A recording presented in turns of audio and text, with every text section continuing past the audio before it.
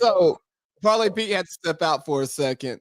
And what I was trying to do was capture him live reaction drinking a Four Loco. Because we're getting ready to start the show, and he's like, "Man, I went to the gas station, and you wouldn't guess what I did." And he just pulls out a Four Loco, and he was like, "Super Galactic Punch flavor or something," you know? That is what it is. It's sour galactic punch. I don't know. It piqued my interest, and I was like, you know what? It's been a minute. That beer is all gone. There is an NBA Finals on tonight. I was like, no, I want a little bit of a buzz. I haven't really drank anything all week. I said, well, why not try a Four Loco?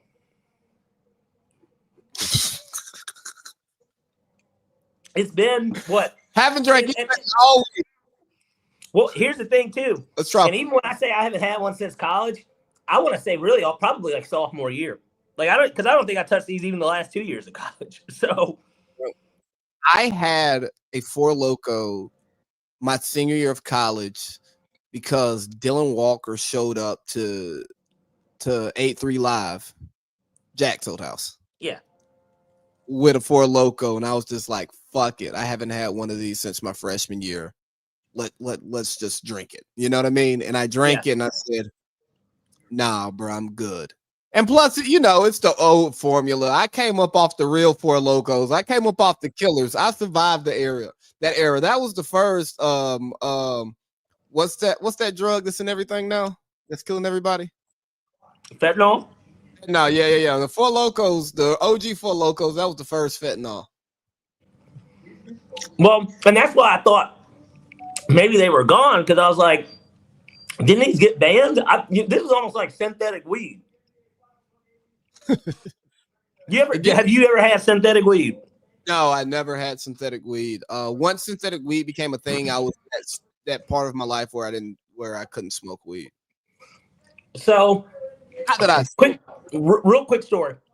Just this one time when we were in high school, I want to say it might have been the summer of me heading to college. Mm-hmm.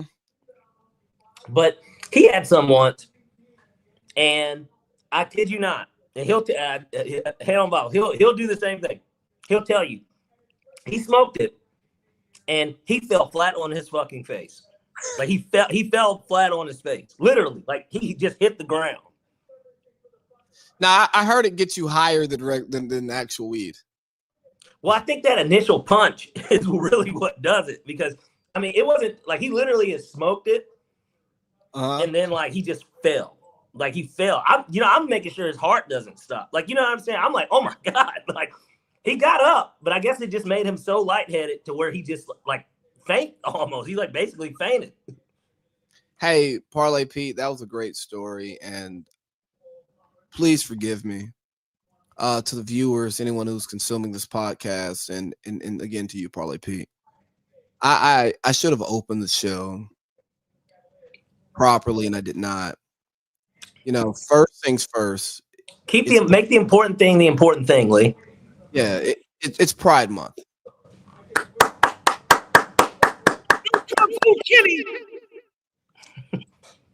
It's an inside joke from the other show. I'll explain it to you later.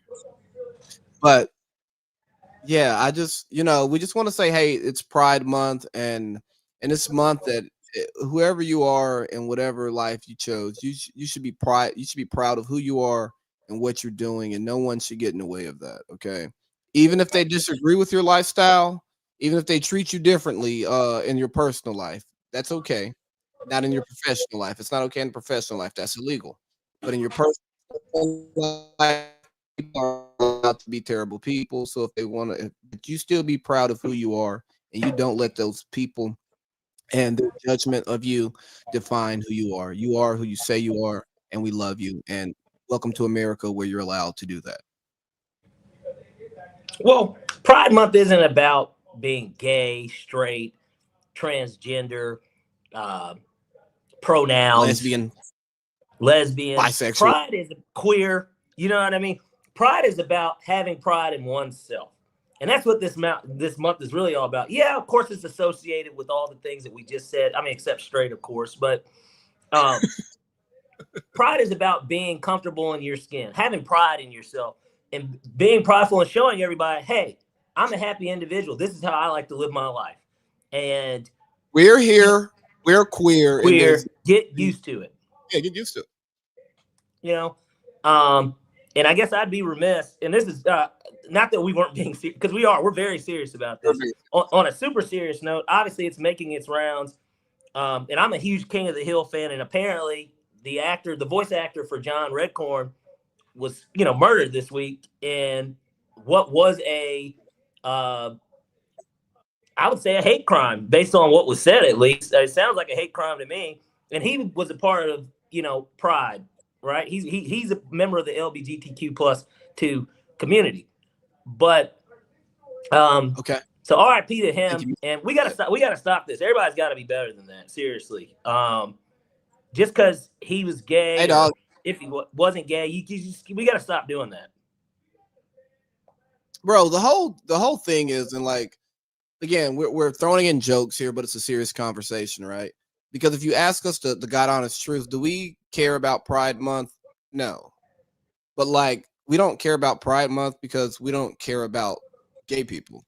And not that we don't care about gay people for who they are, it's we don't care that you're gay. It doesn't bother me. Like, don't get me wrong, you could display characteristics that align with your sexuality that bother me. But the same thing happens with straight people, right? Like, there are certain chicks who can be attracted to you, and her attraction to you bothers you because it's not mutual, right? So like, we're gonna talk shit, we're gonna make jokes, but at the end of the day, I don't give a fuck that you're gay, bro. Just be cool and don't try to fuck me, and we're cool. But I say that to a woman who I'm not sexually attracted to. Exactly. And look, gay people are like Arby's to me. I don't eat at Arby's, but that doesn't mean that there's anything wrong with Arby's. Arby's can be Arby's. The people that like Arby's go to Arby's. I do not. They've got the meat.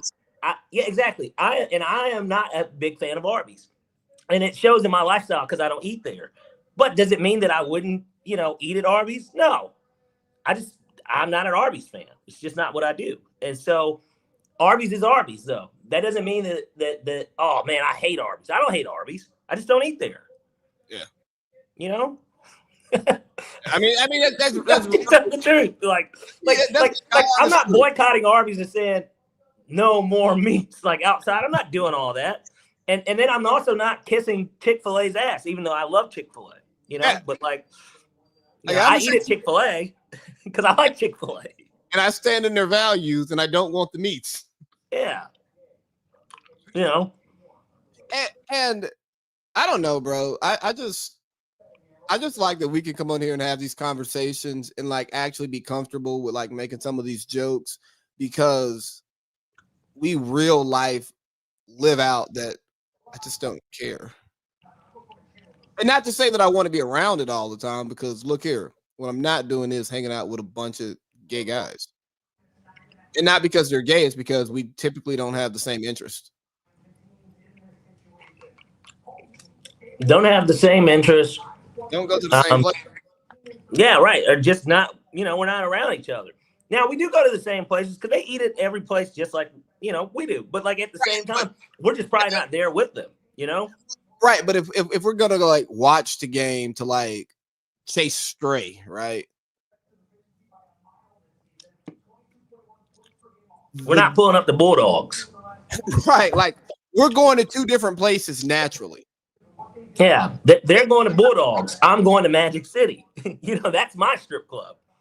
And like, there's Bulldogs. And that's okay. That's okay. Look, Bulldogs looks like it's always jumping. When I haven't been on Peachtree Street in a minute over there.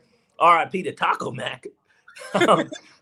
But Bulldogs, anytime you leave from Laughing Skull or what's it called? Vortex or whatever, it's right across the street. Hell, every time I've looked over there, it looked like they were having a lot of fun. It's not the type of fun I like to have, but they look like they're having fun, and I'm happy that they're having fun. Just like if they see me walk out of a bar and I'm cheering the Falcons won, I would hope that they were happy for me. During the fall, I played on a football team. I didn't run across country. You're a dick. You dick. I ran cross country, but only because I didn't play football. Well, I played 1 year, but the basketball team, we were required to run cross country.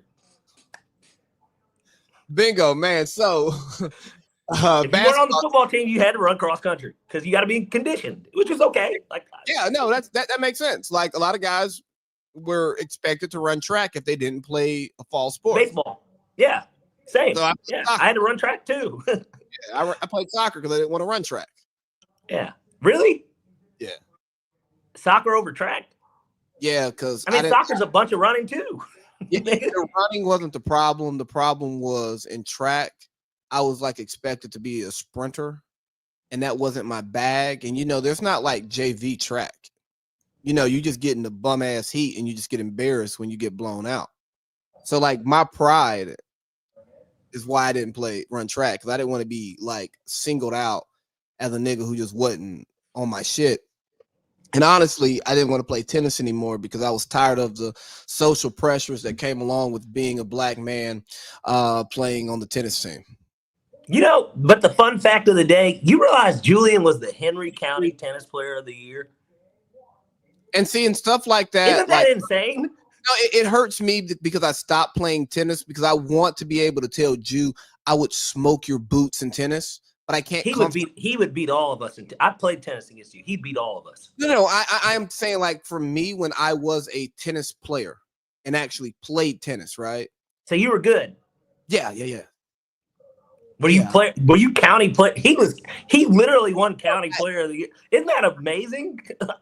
I played tennis for all of like 3 years. I picked it up and I was like, I was good and I was athletic. And I stopped playing after, like, once I got to high school. So I just didn't play anymore. And the key thing too, I asked you this. I was like, why didn't you just play at Morehouse? I'm like, I didn't understand. I was like, bro, if you were the best player in that's not a small county. Like, if you were the best player in basically a surrounding metro Atlanta county, I'm like, bro, you sound like you might have been able to get a scholarship somewhere if you were that good. Like, Dale was on the tennis team at Morehouse. Really? His freshman year, yeah, Dale's on the tennis team. So I guess, is he good? Good enough. Maybe we should have a Dale and Ju tennis off. Right. Instead of us playing basketball, we should all play tennis. Maybe we could do doubles, right? And no. We got to play singles. What's wrong with doing doubles? We got to get Ju versus Dale. That's the matchup that we want. Yeah, but we'll see who can carry like a guy that's not good. Like, I played tennis when I was like 9. That was it. I never played tennis again. I haven't played since probably in 15 years.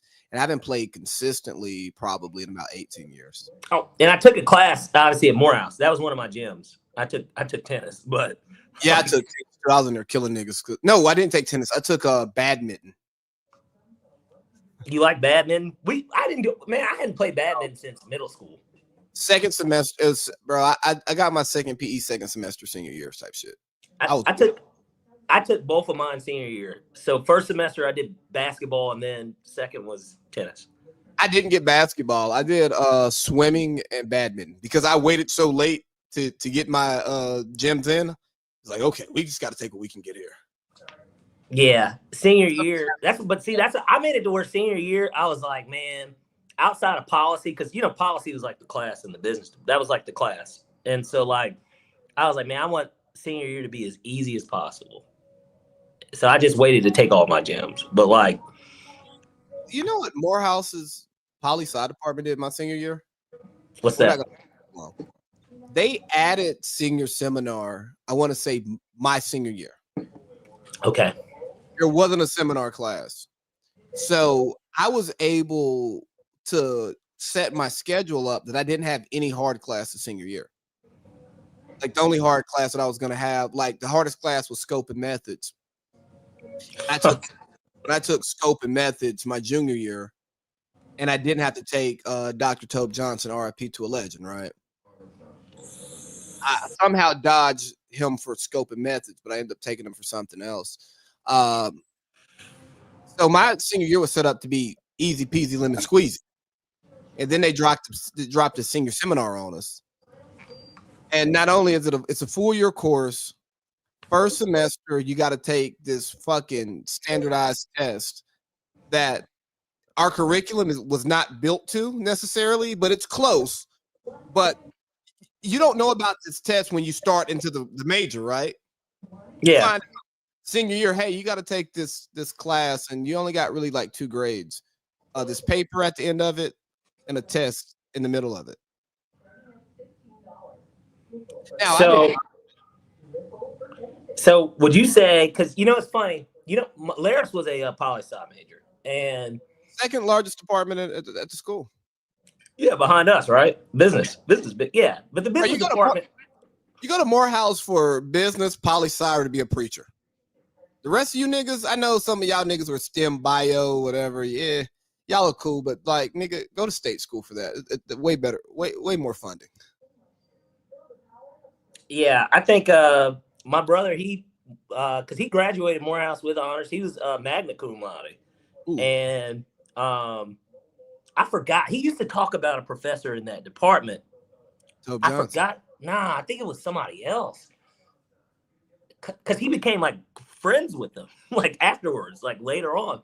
And I want to say, man, that the dude was at the funeral too. But because he did something for like my mom's funeral as well. And like, I forgot, man. Well, you said who? McGinnis? No, I said, was he a communist?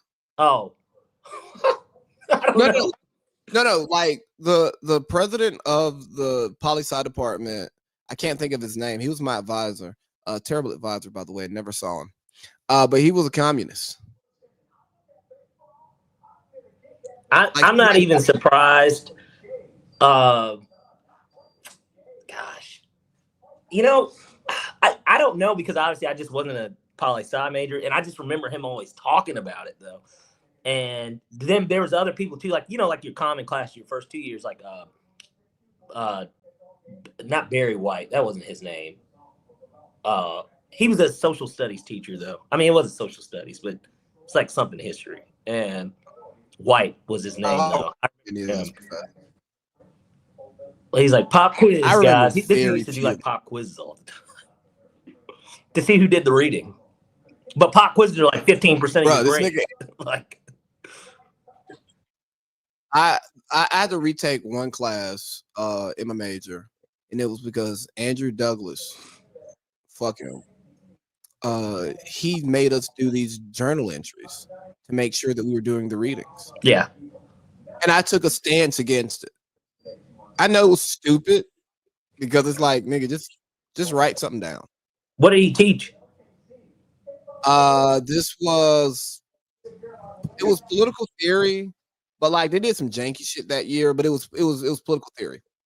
And so like you have to write the paper at the end of each book, or each 2 books. You read 2 books that were like conflicting theories, and then you would like analyze them and then make an argument, right? Yeah. If I'm writing B papers, who cares if I'm doing my journal readings?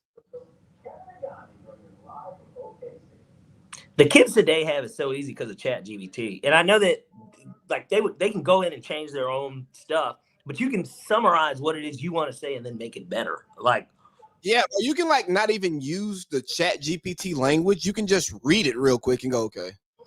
Right, and put it in your own words. That's it. And then you can re-put it in for grammatical errors and stuff like that. And then you can also get like complex citations, like all this stuff. Bro, how do you think I got my master's? I mean, no, you're intelligent enough to do it, but I'm just saying, I know that it was a tool. It made it easier. Well, for me, right? Because I got the master's to get the shit on the wall. Speaking of which, University of Tennessee, where the hell is my diploma? I have not received my diploma unless it's buried somewhere at my mom's house, possibly. You coming up on a year? Nah, August. Yeah. Yeah, that's what I'm saying. You're coming up. It's summertime, brother. Yeah. So, but anyways, because I wasn't actually getting that degree to necessarily learn. It's like, bro, just easiest way. But for like young kids in undergrad, I don't think you should start with ChatGPT. You should actually learn how to properly research and cite and and because you learn so much that like actually builds your base of what you're trying to learn about. But this is not a school podcast. We're 20 minutes in and we haven't talked sports yet. It's kind of sickening. Yeah, it is, right? There's just such a big issue with that, Lee. I just got invited to something, by the way. Tonight? Not tonight. Take a look. See, I just sent it to your Instagram inbox. Okay. Okay. So Shay is the girl that was running Parlor. Do you remember? Did you meet Shay? I know you know Alfonso. Alfonso was the guy. Do you know the girl? I don't remember her. She was the most attractive woman. Well, yeah. I probably will, like, when I see her, I will be able to be like, okay, I remember her, but like I don't just remember her just off the top of the head. This is tomorrow? I guess so. Yeah, 6/6. So I'm assuming that this might be hers event. I wouldn't be able to go anyways. I got Mariana, but which I haven't seen my daughter since she went out of the country. Which she went out of the country, by the way. I think I told you that, though. Yeah, you told me. Yeah. Oh, well, I can't. You follow Couture. No, I don't. Oh, I don't either. So, but I talked to Kyle and Courtney this week, and I spoke on the phone with Kyle, and then Courtney messaged me. But yeah, they're like, "Oh yeah, I saw all that," and I'm like, I unfollowed her. Hey, you know what? I've been told about things that my child was doing on social media before too, and I was like, "Oh, thanks." Right. I was like, that's good to know. Hey, you want some screenshot? Like, you want to screen record? Daddy want to see it too. Well, wait, you're not blocked or anything, are you? No, but I can't see her story. Oh, so she just blocked you from her story. So wait, well then what's the point of being able to follow each other? At that point, you might as well unfollow you, hit the unfollow, and then make you unfollow her. Yeah. What would be the point of? You know how some things you just like don't want to bring up in a conversation and hope to God that they don't listen to your podcast anymore? Because I'm pretty like, you know what I mean? Well, they do. That's why it doesn't bother me. I mean, I highly doubt that Couture listens, but like at the same time, I wouldn't be truly bothered because honestly, it would just be. I'm not airing her out, and you're not airing her out either. Yeah, I can't see her. It's like this is what it is. Like, I guess. Well, just see what she posts on Instagram on her story. That's fine, you know. Those are like daily updates, right? Like I have a close friends. You know what I mean? So it's like we're doing the same thing. We're just doing it differently. Right. We got the finals tonight, man. Got an hour and a half for the fucking finals kickoff, and yeah, big game. We got somebody's gonna be winning their first NBA title. Yeah. How about that? How about the parity that the NBA is showing? 7 straight years, 7 straight champions, different ones. And the ratings suffer. What do you think the ratings game will be for a game like this? Obviously, it's going to be lower than certainly like last year's finals or, any of the previous 7. But like, what do you think is going to happen? I think they're going to be in the dumpster. And I think Adam Silver is going to say, already signed the cable deal, guys. I don't know what to tell you. Adam Silver's a cuck, and here's why. He gets on whatever show, the media, wherever he was interviewed, and then he says, oh, the Packers. He's like, if the NFL had the Super Bowl and it was the Packers and the Steelers, nobody would be talking about it. It's like, it's the same thing here. It's just like, no, the fuck it isn't. Those fan bases are 2 of the 5 biggest fan bases in the NFL. What are you talking about? What are you talking about? It's the same. Yes, they're small markets, but their fan bases are huge. They're everywhere. They're national fan bases. Those 2 teams specifically, literally outside of the Dallas Cowboys, I can't name a bigger one. Those would be the next 2 biggest. Green Bay and fucking Pittsburgh. Those are the top. They're in the top 3. They never play legitimate road games. Even if they are at a deficit, it's 60-40. And that includes rivalry games. Like, I'm sure if we got Mr. Turner on the line, he's a Steelers fan, obviously, for those that don't know. He's gone to Baltimore for games. That's their biggest rival, and Baltimore's good. I'm sure that if we asked him, hey, what do those Steelers-Ravens games look like? How many Steelers fans are at those games? He'd say, oh, it's plenty of us. He said, there's a lot of yellow. There's a lot of yellow. Like, our colors aren't similar, so you know who's there for who. There's a lot of yellow there. I've been at a Falcons Steelers game and sat and my seats are on the visitor side. I didn't have many friends. Adam Silver would have been better off saying this is like the Carolina Panthers playing the Jacksonville Jaguars in the Super Bowl. That is a much more comparable, smaller market teams that are in it. Or he should have used like a Kansas City, because they have but they're not even a good one to use. Like they're in Middle America, so they're Middle America, but they're propelled by their superstar. That's what makes them a bigger draw, right? Their superstar. But Kansas City even has some tradition. Like they have tradition. I mean, the Pacers kind of have a tradition a little, but like Kansas City don't truly have a tradition.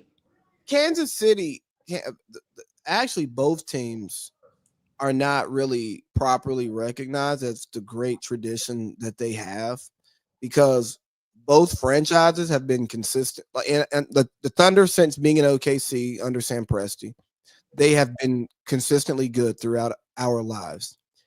Indiana has been consistently good throughout our lives.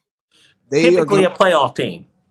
Typically a playoff team, and they're going to make a run to the Eastern Conference Finals every like 5 to 7 years or so.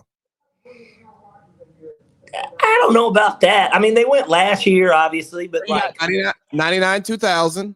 Okay, but what about they went once in? You got like 04. Or no, yeah, you got like the 04 when they made. You know what? You're right. I keep forgetting too. The Heat. They went back to back, or it wasn't back to back Eastern Conference Finals against the Heat.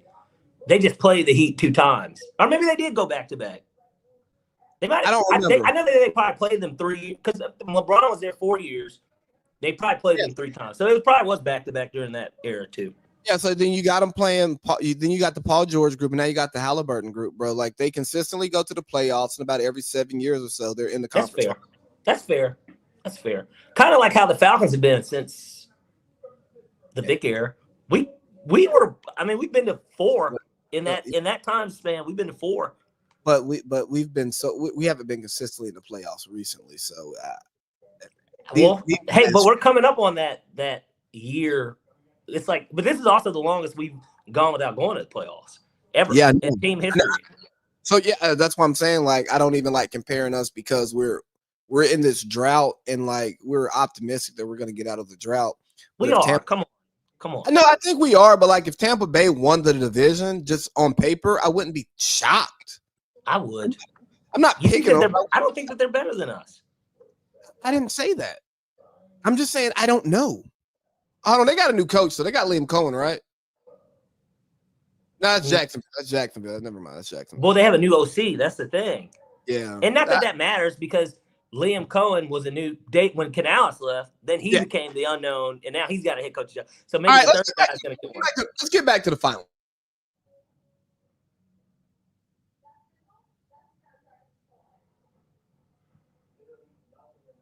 You still there, Lee? Guys, I think we might be experiencing some technical difficulties. I think Lee wanted to get back to the finals here, though. And looks like we've got a message here from hit the button. Oof, I don't know what he means.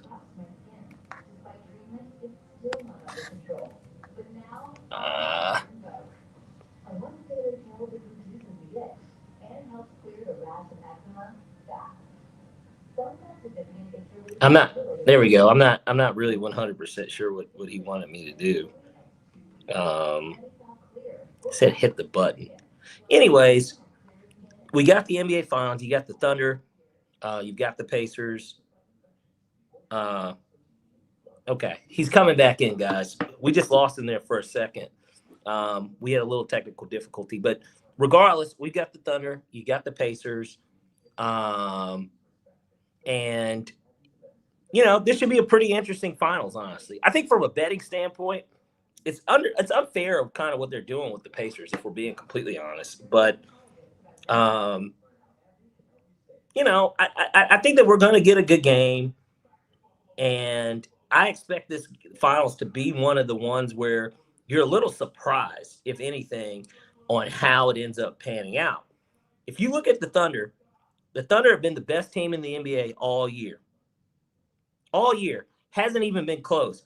They've been the best team in the NBA. They've won 68 games, and I think that a lot of people forget that they won 68 games. Well, yeah, because nobody watched them. Nobody watched them, but at the same time, when you look at how dominant they've been, they have the league MVP, the leading scorer in the NBA. They didn't run through the playoffs, but they've had multiple, and when I say multiple, probably 5 games in this playoff run where they won by like 25 plus. Like, you know what I mean? Like, they've had some dominant games in that stretch. Obviously, Jokic took them 7, right? And even in that game 7, that was a blowout. And so it's just kind of like, so what I was doing while we had those technical difficulties there, I was talking about how the Thunder are such an overwhelming favorite. They opened up as minus 750 to win the finals. And so it's kind of like, it's crazy to think that they're that big of a favorite, like, in a sense. Bro, but it also isn't when you break down those numbers. No, it's not. Did you see the MVP odds? Yeah. Shay's minus 600. Bro, yeah, it's so insane. There we go. I just had to fix that.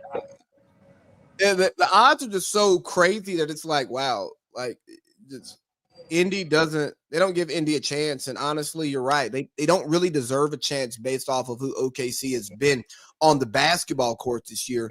But because they're OKC and they're not a Kevin Durant, Russell Westbrook, James Harden OKC that you can actually market to people and they like it, they just don't get talked about on the shows. You heard Chuck going his rant about it. And I mean, we probably talked as much about the Lakers this offseason, as much about Giannis this offseason as we have about the teams in the finals. Well, here's the thing too, though. They match up well. That's actually like the thing that people don't realize. Both teams are deep. They have depth. Mark Dagnall has been the best coach, you could argue, in the NBA, maybe the last 2 years. And Rick Carlisle, we brought this up, and with us going back and forth texting, he is, for all intent and purpose, since the turn of this century, he's a top 4 coach in the NBA during that span. The last 25 years, he has been a top 4 coach. The only coaches that you would put above him or in the same conversation, of course, Steve Kerr, Phil Jackson, Spo, and then it's him. Those would be the top 4 guys. Not Doc Rivers, who's NBA 75. Pop. Okay, well, he's top 5. That's what I meant. He's top 5. Well, but you could, and the only reason we're going to put Spo, of course, because he's got multiple rings in that span. I mean, but you could argue that Rick Carlisle is a better coach than him. You could argue that Rick Carlisle is a better coach than Steve Kerr. I'm with you. Yeah. Steve Kerr's resume is so great that it's hard to make the argument, but we've watched Rick go up and down. You know what I mean? Like, we saw what he did in Detroit. We saw what he went to Eastern Conference Finals with that team, and then they fire him, and the next year they win a title. Right? Maybe he would have won that title if he got the opportunity. I mean, yeah, he didn't have Sheed. And people forget Rip Hamilton. Like, the year that they won, he became so much better than, because he came from the Wizards. They traded for him from the Wizards, right? He was with Michael Jordan. Yeah. And he wasn't, I don't think he was viewed that way. That's why, I mean, I guess Detroit viewed him that way because they traded Jerry Stackhouse for him. But he was that coming out of college. He just hadn't showed it in the league yet. But people felt like he was being suppressed by MJ. So you understand the move 20 years later, right? But I'm saying his first year in that system with that team, like, they went to the East Finals, and then I forgot, did they fire Rick Carlisle or did he just take the Pacers? Because the Pacers team was talented too at the time. I don't remember how it happened, but either way, like, Rick Carlisle went from good Detroit to good Pacers to Dallas the good and the bad and got them back good. Greatest playoff. I don't care what anyone says. Best title run for a team in terms of what they had to beat to get there and do it. Yeah, absolutely. So like they're like, because so often we just look at wins, losses, and accolades when we're looking at coaches. But Steve Kerr specifically, he hasn't had to do it differently. It's until now, kind of a little. But it's still Steph-centric, right? Like he hasn't had to do it with a different star player, a totally different nucleus, a different ownership group, right? You know, like he's done it one place, one way, around one player, and he didn't even develop that player. Right, Mark Jackson did.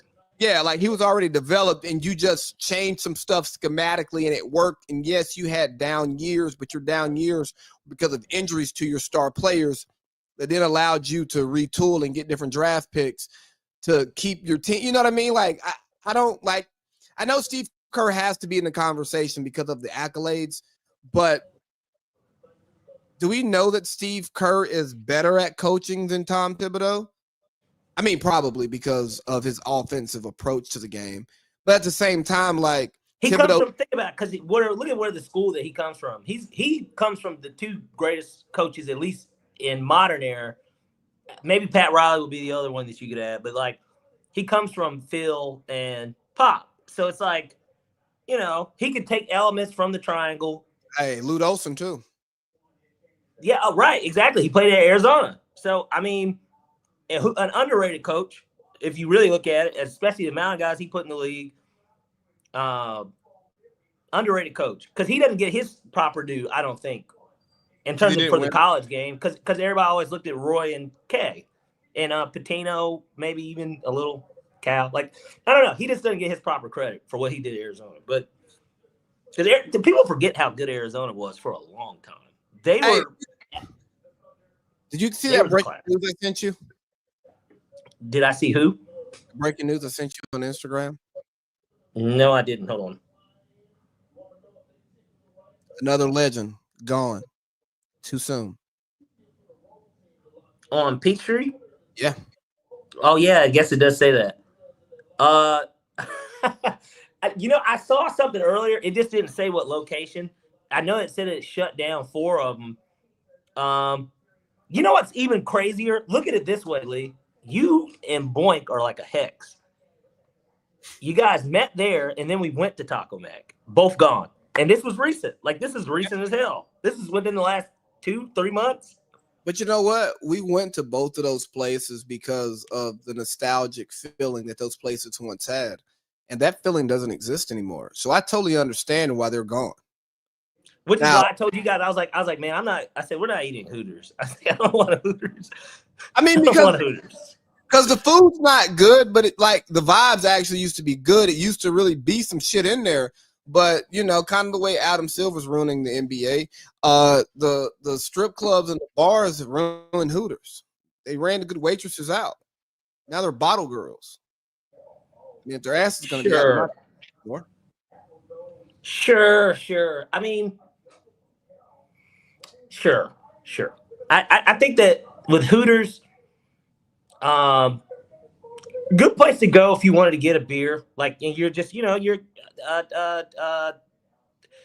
somebody that likes to eat at these type of establishments. Like this, it wasn't a terrible place to go. Obviously, Drake mentioning the one that I needed was Courtney from Hooters on Peachtree. Like it's always been iconic because when I think of downtown Atlanta, that's typically kind of the area I think of. You got that Hard Rock, you got all that stuff there. It's also a damn shame. It's also like your TV's loud as shit. It's also a pinnacle of like Hooters, though. You know, when you live around the state, maybe you don't live in the city, and you talk about, you know, different Hooters where, you know, it looks good in there. You know, you could always count on the Hooters on Peachtree, no matter the day, time, whatever. It's gonna be some nice work in there. Typically, sure. Yeah, I mean, I'm saying like traditionally, not what it is, not what it was when me and Boink were in there. because I mean she was more interested in her DMs and texts than getting a tip, you know, which is just crazy to me. And you guys were at the bar, right? Like you sat at the bar. Sit at the table. I don't sit at the bar. Hey, well, Hooters is not a sit at the bar type of place. I agree. I think Hooters has become more of just a biker type establishment, you know. The food's just so bad that you just push the niggas out, and we'll just go to the hookah lounge where they got wings and big asses out. Yeah, you know, big asses, huh? Yeah, you know. I mean, why would you go somewhere if you're going to like look at scantily clad waitresses and get wings? Why would you go somewhere with bad wings? Right, you wouldn't. That's the point. You wouldn't go, because it's not what we want.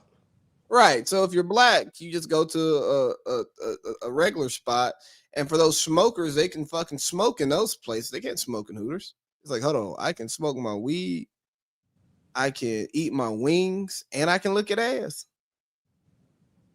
Yeah. I'm sorry, Hooters. You're out of here, buddy. All right, can't do it anymore. Hey, but that's the beauty of capitalism. But back to these finals. See, this lets you know how like uninteresting the finals are, because we just keep going down different rabbit holes and not actually talking about it. OKC in 5. For sure. That was the first thing that I thought of. I said OKC 5. I said I think so. Now this is the caveat to that 5. For instance, the spread tonight is 10. For those that are watching here live that are hearing this, obviously we don't have a 6-pack or anything, but my advice, I actually like the Pacers plus 10 tonight. That's the spread. I think that they're going to cover this spread. I think that the games will be closer. I just think that the Thunder are so much better. They won't lose at home, and then they're going to be able to take one in Indiana. Pretty much. And I would only change my prediction if like Indiana just comes out, goes crazy, and wins game 1. I would say OKC in 5, but I just think it's OKC in 5. So I was going to say this too. Fun fact of the day. Obviously, my company works in Indiana, and I've been to Indiana several times. But I've only been to one Pacers game there. I went to something Fieldhouse, whatever it's called. Me and my dad, we got pretty much, they weren't floor seats, but I mean, we were pretty much on the floor. And guess who was playing? I went to the Oklahoma City Thunder and Pacers game, and Paul George's first game back in Indiana. Yeah, I was there. The Pacers won that game. They boo him? Huh?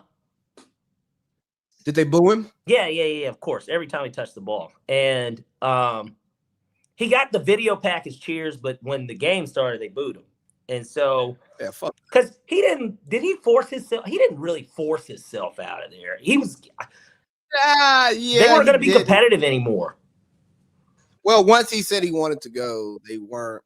And actually, it really fucked up Jeff Teague, because Jeff was going to get like $100 million contract because Paul was going to be the max player, right? And he was going to be like that next guy. And then he said they told him straight up, we can't make you the highest paid player on the team. We can't pay you that much. Well, exactly, but that's why Paul George would want to leave. Why is Jeff Teague got to be the second best player on your team? You know you're not winning a championship. That's no disrespect to Jeff Teague, but like you're not winning a championship if he's the second highest paid player on your team. Just imagine being Jeff Teague, though, right?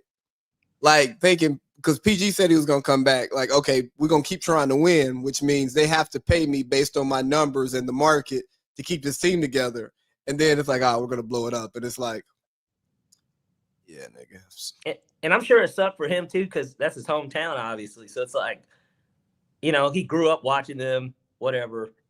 And, yeah, Jeff Teague, him being your second best player, that should tell you all you need to know. But I have video of it because we were right where the Pacers came out. He was second best player on the Eastern Conference Finals team. No, it wasn't. It was Paul Millsap and Al Horford. Those were the two best players on that team. Paul Millsap was basically the best player, and I don't think Al was third. Jeff was averaging like 16, 17. Yeah, but Al was Al. Well, you put it this way. Al Horford's going to the Hall of Fame.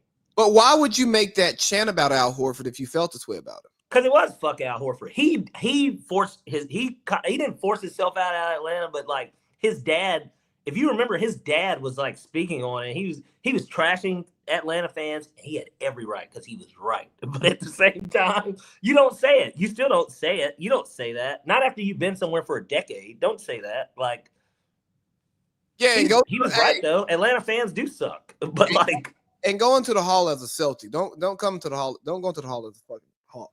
Well, yeah, because he's got 2 stints with them, and he won his chip there. Even though most of his All-Stars were with the Hawks, he's gonna go in as a Celtic, no doubt. Bro, Al Horford. But you know what's funny? The Celtics aren't going to retire Al Horford's jersey either, and we shouldn't either. Which, really, I mean, we don't have too much else to say about the finals. We should creep into that topic because if you remember, that was something that we wanted to talk about here. What is the qualifications? For a jersey retirement? Like, what are your basic for any sport? What are the basic qualifications? All right, so you got to be a Hall of Fame. Like, so not you have to be Hall of Famer. I don't think you have to be a Hall of Fame player. No, I'm not saying you have to. I think if you're a Hall of Famer, more times than not, your jersey's retired. If you're a Hall of Famer and you were a cornerstone of that franchise, right? For 6+ years, in my opinion. If you're a Hall of Fame player and you were a cornerstone for 6 years. But see, even for instance, LeBron's jersey should be retired in Miami, correct? Yeah. He only played for 4 years. LeBron doesn't count. Because he's LeBron. Like he's different. You know what I mean? Like KD might get 35 retired in Golden State and in fucking OKC, and it's right. It's right to go to be up in the rafters in both. Like if a nigga is wearing 35 for the Thunder right now, if a nigga's wearing 0 for the Thunder right now, they should be ashamed of themselves.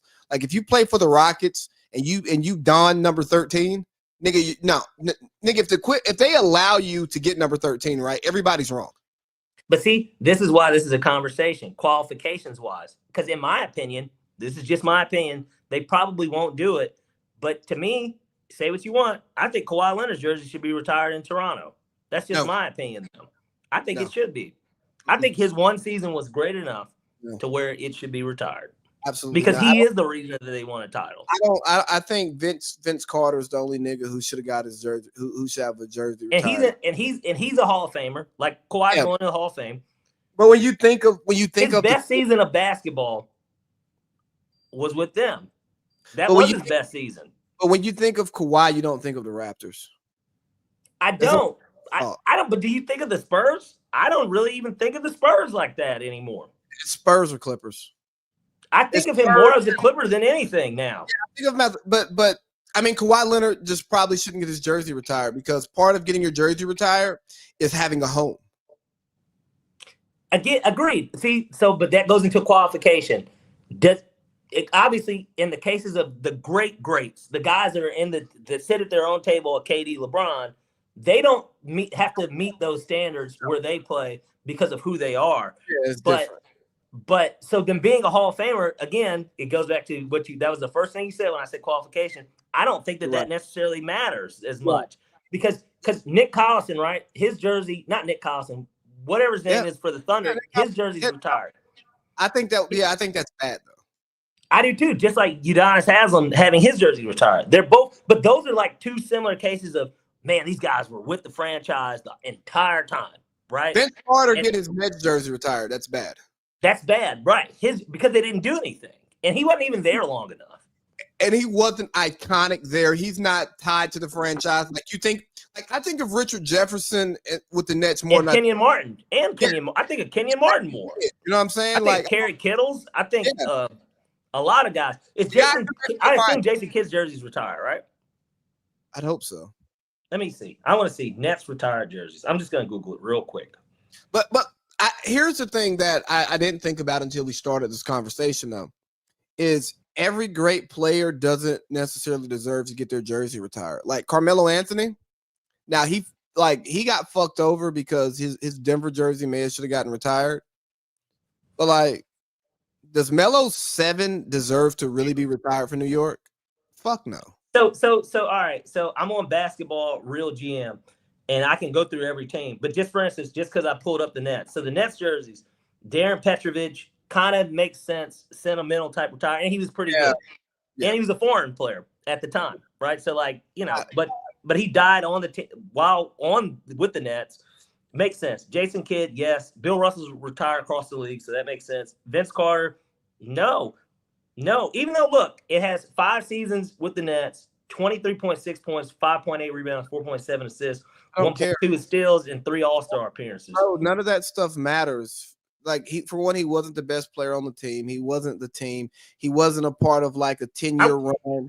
He wasn't like the niggas from the Bills who were there. And this is a sucky ass franchise though, Lee, because the rest of the guys I've never heard of. John Williamson, 4 seasons. You don't even don't even read them all. Buck Williams, Dr. J kind of makes sense. I don't know what he did ABA with them, but obviously I know he was a net.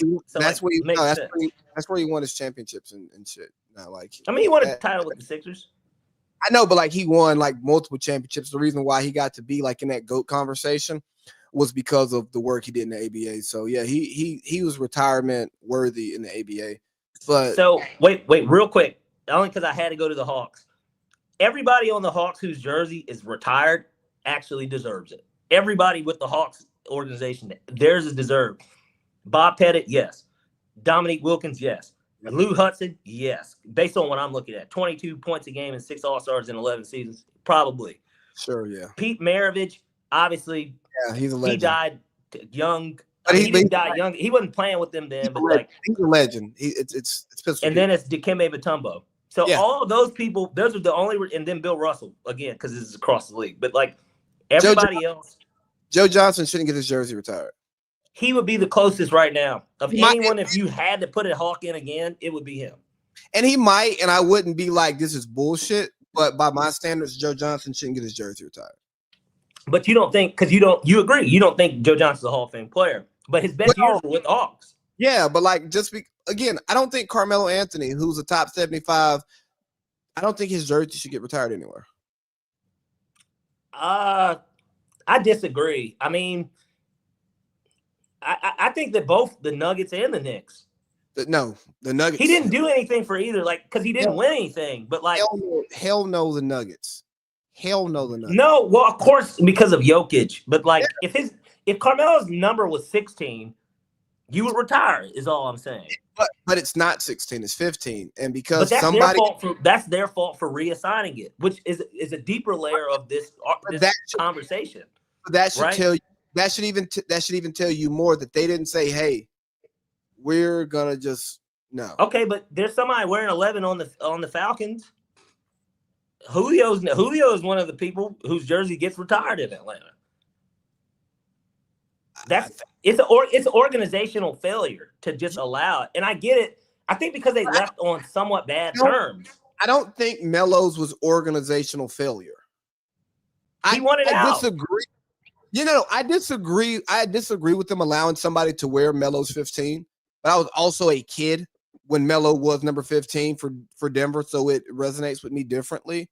But if I'm the Cronkies and this guy just wants out, he wants out on his own terms, and he doesn't even want to do it in a way that works best for.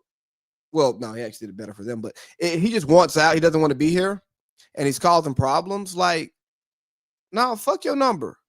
Like that's also part of it, because part of your jersey being retired is not just that the way the fans see you, but it's how the team itself sees you. You know what I mean? Like Arthur got to make he needs to make some phone calls to Julio Jones, right? Like he's got some stuff he needs to clean up with Julio before Julio's jersey goes up. And he has to do. I mean, I'm not trying to be funny. He's not a spring chicken, so like, I mean, that needs to happen soon. Especially now that Julio's, because even the way that Julio retired, the idea would have been, man, he signs just like Matt did. You sign a 1-day contract, we retire you because you are a Falcon. At the end of the day, nobody remembers anything about Julio Jones on any other team he played for. No, he's a Falcon because he didn't. He's one of the few players. Just like even with Matt Ryan, we're gonna throw that Colts season in the trash. Nobody thinks about that.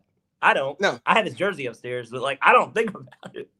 But it's the same thing with Julio. And so I guess just all I'm saying is, in terms of the requirements for a retired jersey, it's circumstantial to the franchise. That's the best way to really put it. Even though we both agree, Nick Collison and Udonis Haslem, those are two guys, right? They're lifers for the organization. They are, they're not, maybe they're all-time games played guys, almost, basically. But, like, outside of that, they don't have anything else. And Udonis Haslem was a part of that 06 team that won. He was the starter. Like, he was the contributor. He wasn't on any of the other championships. He was a coach. He was a player coach at that point. Nah, he contributed in LeBron. Yeah, he wasn't starting games though. Like, he wasn't starting, but he was like in the rotation. Like, UD played. I want to see what his numbers were in those finals. I feel like he didn't do a goddamn thing for them. Let me see. He was in the rotation though. Yeah, because you know what? Because they didn't have any depth on the fucking Heat teams. Because they did have those three niggas. So, like, I mean, whatever your reason is. Okay, so I got it pulled up. Udonis Haslem, NBA final stats. Hold on 1 second. So, okay. Come on, Lee. We're not doing this. He played big minutes in the first time when they lost to Dallas. And in that series, he played 29 minutes. He gave you 6 and 5. His jersey shouldn't fucking be retired. I guess that's all I'm saying. And then when you look at the rest of it, he played 16 minutes the next year, then 10, then 5, then 0.5. So that's his finals rundown. Now, Brent, his numbers in that first finals with LeBron are actually comparable to his numbers with the 06 team. But the issue with that 06 team is this. There are things that can't be quantified for what he did on that team. That team, it makes a little bit more sense, in my opinion.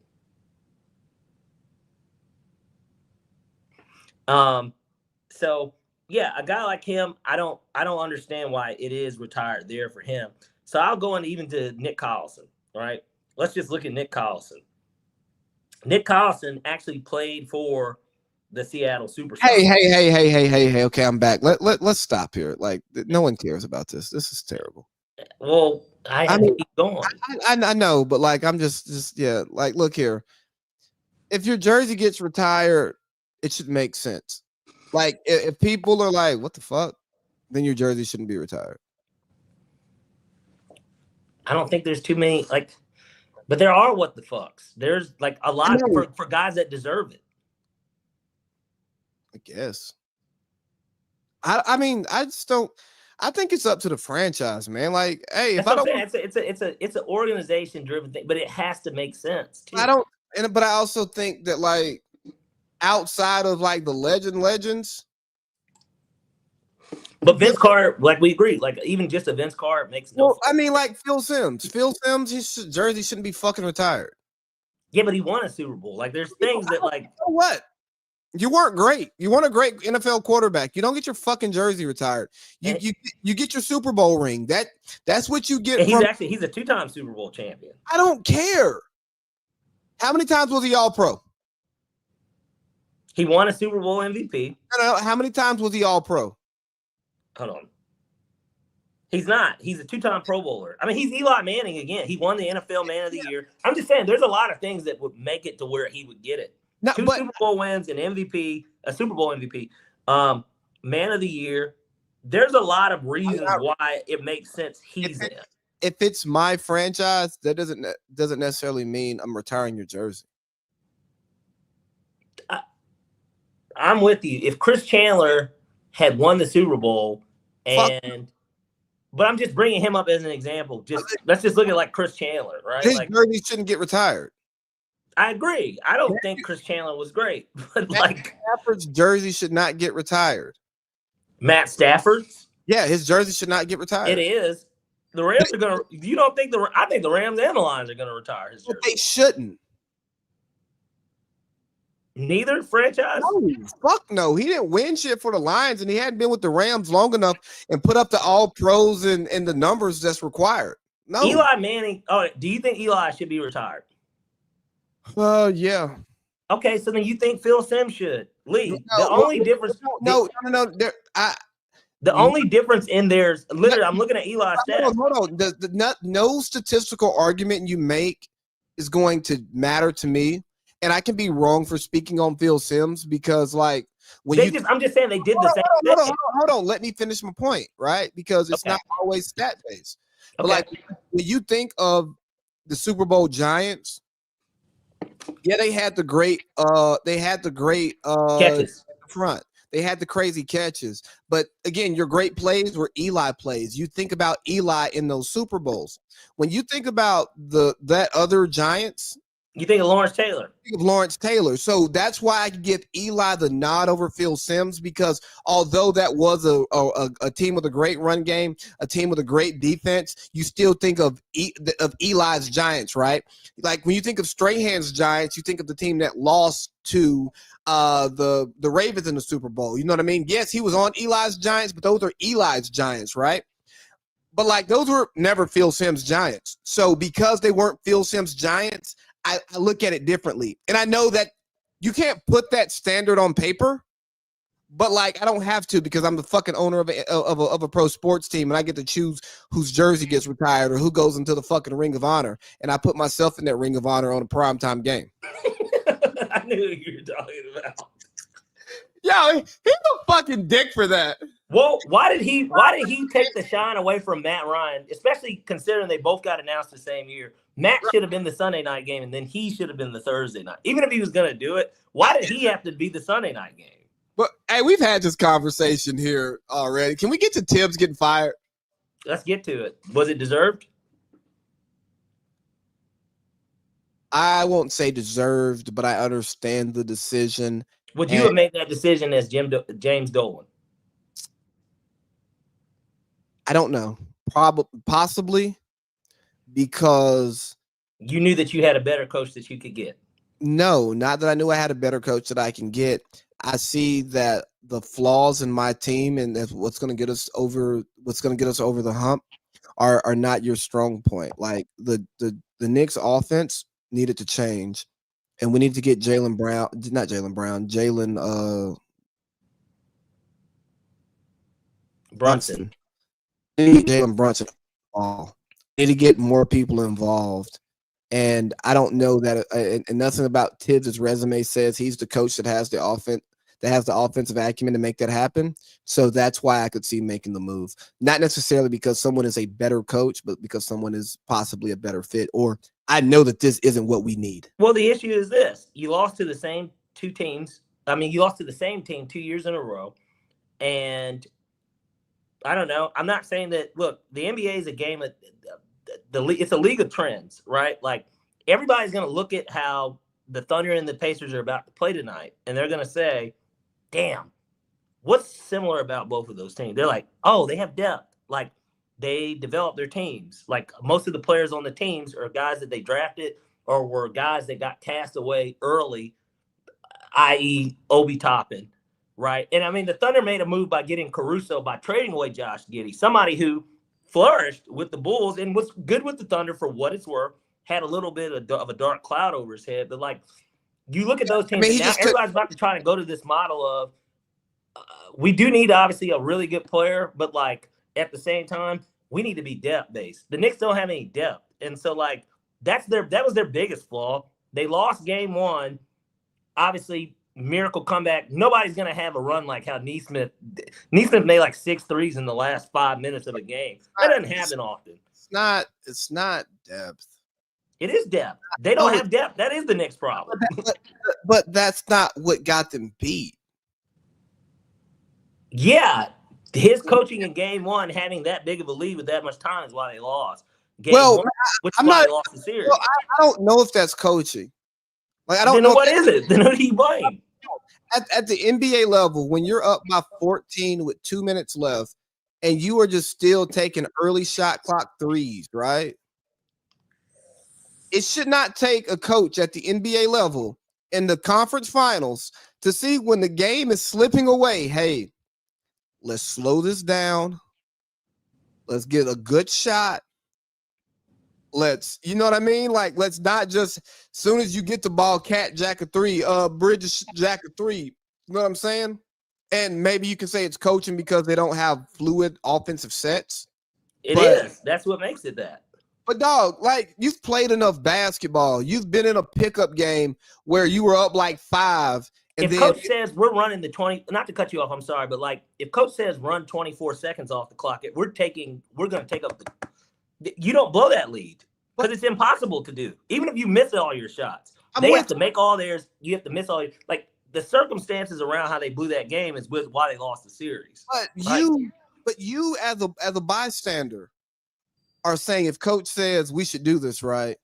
Shouldn't the professionals, the elite of the elite, know to do that without coach saying? But they clearly didn't. Clearly they didn't because they didn't do it. And I'm saying, like, yes, coach gets fault for this, but I'm not going to make this just a coach thing. This is not elementary school, middle school, high school basketball, even college basketball. This is the NBA Eastern Conference Finals. Jalen Brunson should know in his head, hey, they're hot. We're not. Let's slow down. Let's get a good shot. So you blame Matt Ryan for the Super Bowl loss then? No, because different sports. Because he has the power to change the plays and could have said, let's run the ball. No. Those are totally different sports. But what makes them – but I'm saying they are different sports. But what makes that any different from that situation? Matt can audible to only so many plays based on the personnel on the field, right? Matt doesn't. He could have fucking said, I'm going to just run it then. But he can't. He can't put the run personnel on the field. If the right personnel is not on the field, even if he calls the running play, the look and the personnel may not match up for that to be a favorable play. There are so many other variables in football because it is a set play, break, set play, break. Basketball is continuous. So it takes a lot of the coaching out, the in-game coaching out of it, and it gets to philosophical stuff. And yes, your coach can have a philosophy, but as a basketball player, you know that if you have a big lead and the game is almost over and they're coming back, you should slow the fuck down and get a good fucking shot just to calm them down. Go to the hole to get fouled. Do what Shea does. Yeah, like, you know what I'm saying? Like, you're going to make them foul you. Like, these are basic basketball principles that niggas who didn't play past fucking high school know and understand. So that's why I can't put that on just coaching. Like, nigga, you played for Jay Wright. Look, players play, coaches coach, and cheerleaders cheer. Lil Wayne line, by the way. Carter 6 coming tonight. You gonna listen? Yes. Okay, me too. But point being, I agree with you from I agree with you from the standpoint of it's not all on Tibbs, but you do look at Tibbs. You have to look at Tibbs. Call the timeout, right? Bro, hey, get everybody's head out of their ass and say, hey, guys, this is the Eastern Conference Finals. We're at home. We got a lead. It was just 14. Now it's down to 8 or whatever he probably called a timeout. Stop fucking shooting the ball. Jalen, handle the ball at the top of the key. You do this. Cat, you pick and roll. We're going to get a foul out of this. If somebody's open, of course, make the play. But outside of that, you guys are touching the ball. Y'all are all NBA players. I need you guys to take over this game because we're not about to blow this game at home right now. We're not about to do that. He's shooting the lights out. He keeps fucking – he's obviously taking threes. Let's play a little defense too, guys. Like, let's do it on the other end. Like, yes, we're doing this on this end. They have to shoot threes. They have to shoot threes. Like, again, a coach is supposed to say all of those things. I feel like he didn't. But they're common sense. I know they're common sense. Basketball players should know, hey, we got a big lead. Run them off the three-point line. Let them get them. If they get twos, we match twos with twos. But when they start making threes, that means we got to make threes to match their twos. And we damn sure can't have empty possessions. So goddamn, like, that puts more pressure on us. Run them off the three-point line. That shit was inexcusable. What happened to them? Hey, yeah. Nah, switch that. Nah, switch everything, bro. No threes. Like, I'm telling you, I play pickup basketball, and you can be coming down the game point. You up 1, and you're up 1. You got game point and whatever, and they got the ball, right? Yeah. We switching everything. No threes. Bro, I don't even know these niggas' names. And it just pick up basketball. It's understood. In certain situations in the game, you play a certain way. So yeah, I'm gonna blame the coach. Well, I blame the coach because I'm gonna blame the players too because they're playing stupid ass basketball. Like you said, in that situational awareness moment, the players should know. I agree with you. Like I'm not disregarding or disagreeing with that. What I'm disagreeing with is the fact that, but there is a coach, right? That is kind of because at that point that you don't need a coach. Then LeBron should be coaching the Lakers. Like, you know what I'm saying? Like, you don't need a coach then. The coach is on the floor. You still need somebody to manage the rotation. So he's got to manage 2 minutes too, and he didn't do it. That's why that is why he lost his job. This is what I'm saying. He lost his job because of that game. I promise you. No. But he didn't. The way he lost his job because for one, they couldn't break a fucking press. You got Jalen Brunson dribbling the ball up the court. Draw up something. Against 94 feet of defense. And he's tired himself out. Then he's also not getting other players involved because they're not running a fluid offense. That's the coaching flaw that got Tibbs fired because that's not just game one. That's game 2. That's game 3. That's game 4. Yeah. No. That's true. But I'm just saying. But if you don't blow that game, it's a completely different series. Maybe, but you still may lose the series. And the problem, but you didn't get an opportunity to.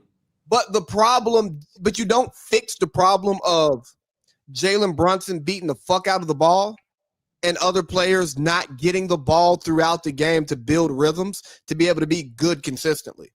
Like, people are knocking Mikal Bridges for playing like shit. Oh, you gave up this many draft picks for Mikal Bridges? Hey, man, watch the Knicks game and see how many times he gets the ball where he can actually play basketball. Or watch Jalen Brunson just beat the ball into the fucking ground for 17 seconds, nigga. Like, dog. I'm with you.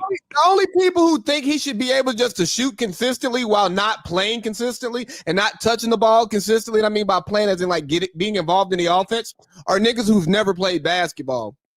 When you're playing and you got a good-ass nigga on your team, that nigga is fire. He's a bucket. But guess what? He don't pass. So when you get that bitch, I'm shooting. Good shot, don't matter. I'm shooting. And let's be real about it too. Jalen Brunson, as good as he is, he ain't that good either. Because if Kobe Bryant's on my team, I'm okay with that. What you just said, I'm okay with that because it's Kobe. Like, I'll let Kobe take bad shots before I let Sasha Vujacic take a good shot. Are you speaking as a fan? Or are you speaking as yourself as like a Mikal Bridges type person, like a player? Because as a fan, I want Kobe to take the bad shot with 2 guys on him, as opposed to Sasha with a guy closing out. But like as a player, you're like, no, bro. Like, let me get like. Yeah, because that's not sound basketball. Yeah, like let's get touches. So when you need me to knock but down, Jalen Brunson's not Kobe Bryant, and he's not LeBron James. Like, he's not them. I'm saying with those great of players, there's exceptions. Yeah, there will be exceptions in those situations.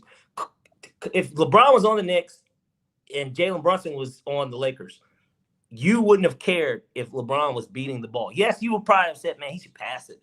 And LeBron's a passive player, but like at the same time, if he was doing it, you're okay with it because it's LeBron, because he's got control of the situation, and we know who he is. We know what he's done. The resume speaks for itself. Same with Kobe.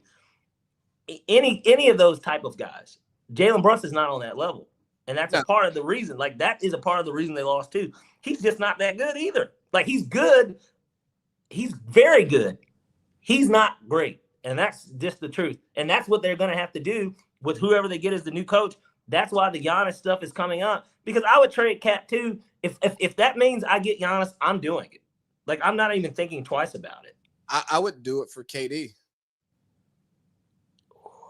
I'd rather do it for KD. I think KD is a better fit. I need to know what the do you get anything? Like, I need to know what else you're getting, because you have to still get another big. You don't want Mitchell Robinson being in the game in the fourth quarter.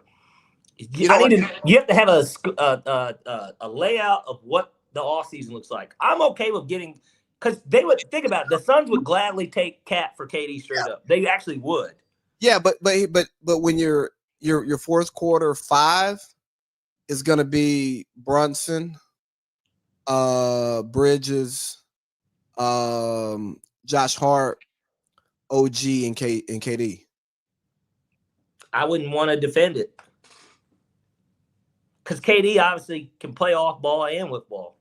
Yeah, like that becomes. And he becomes even though it's Jalen Brunson's team still, he's the focal. KD's the focal point. Yeah, and then KD can also say, "Hey, motherfucker, swing that shit." And because he has that kind of respect. And Jalen has to shut the fuck up. Because he's great. Because he's great. Exactly. And everybody on the court respects it because right now there's nobody who can tell Brunson to swing that bitch. And he have to listen and respect it. You know what I mean? But that gets back to literally what I was just saying. He's just not that great he's not a great player. So like, and nor is Cat. Neither of them are great. They're very good players. Neither of them are great. I just don't think Giannis makes them better and they can probably win a championship. Like, I got you. But if Cat is the only big piece that falls out of that. Or if they're able to, for instance, here, hold on, just hear me out. You trade Cat and I would keep OG. It would suck, but Josh Hart goes because he played bad. If you traded Cat and Josh Hart to the Bucks and you were able to get Giannis and not Kuzma, but like two pieces off that team. You're not getting pieces because you're already not. Well, then it has to free up the money to sign somebody. Yeah. And I'm not talking about top tier talent, but to fill out to where you can actually have a bench.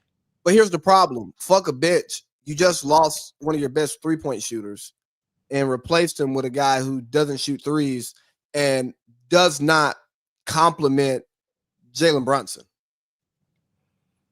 Giannis and Jalen Brunson don't work. That's because they're both scorers, kind of. And they're both at the basket. And if Giannis is in the game, like you can cheat off of him when he's in the corner. But what if Brooks does a sign and trade, right? And you get Brook to come. Brook is cooked. Brook is still a rim defender and he can shoot. Brook is done. Brook's going to the Lakers. Brook is cooked. He might go to the Lakers, but he's done. Like you don't like that? I like that with the Lakers, but I mean, sure, but if you're saying in Boston, not in Boston, in New York, Brook at the 5, Giannis at the 4. You keep Mitchell Robinson, so you'll still have him too. So you get like Cat, obviously not nearly as good today, but like Jalen Brunson can only play well off the ball because the lane is clogged, and is he going to play that way? Like when you just actually think about how it works on the court, I mean, Giannis and Dame barely work, and Dame spreads the floor. Well, it sounds like Leon Rose has got a lot of fucking shit to think about then, because like Giannis sounds better because he's younger and he's at his peak or whatever. But if you're talking basketball, Kevin Durant is a much better fit because Kevin Durant can get his 27 off of 15 shots. Well, I tell you what, because we started this off with Tibbs. Who do you hire then? Who's your ideal coach, though? And let's say that some of these moves happen. Who do you hire? Does Mike Malone fit with Kevin Durant? I don't think so. I don't think he fits that team at all. I don't know the name of the coach. I know it's a coach with a motion-based offense, a more inclusive offense that allows for Brunson to run his ISO shit in crunch time, but throughout the game, a more inclusive offense. And Brunson, you start averaging more so like 22 and 8 instead of like your 25, your 27, right? But your 22 is gonna be more efficient. I know you brought up Jay Wright, right? Obviously, there's the Villanova connections. He's retired. He's still young. He's never coached in the NBA. What would that look like, though? You know what I'm saying? Like, if you brought in a college coach, of course, people have talked about UConn's coach. Fuck no. Dan Hurley. Well, but especially as bad as UConn was this year. I mean, they made it to the Sweet 16, but like, Damn all that. All that yelling and extra shit. Take that shit somewhere else, bro. What's meant for college ball, huh? Yeah, bro. Like, nigga, if I'm making $200 million, $150 million, bro, I'm just not being spoken to in that way ever. Right. Fuck you and your $10 million a year, right? Bro, it's like, nigga, like it becomes he creates a space of blatant disrespect to authority, right? Not, man, fuck whatever coach talking about. We gonna do whatever we gonna do, right? Just let that nigga talk. That's normal. Like, nah, hey, Dan, nigga, you gotta chill the fuck out, bro. Nigga, no, hey, bro, ain't nobody doing that shit. You know what's weird? Bovada had a certain coach on the list, and he wasn't at the bottom of it in terms of odds. Who, Eric Spoelstra? They had Pat Riley on the list, and I'm like, Pat Riley's not coaching basketball anymore. No. But could you imagine?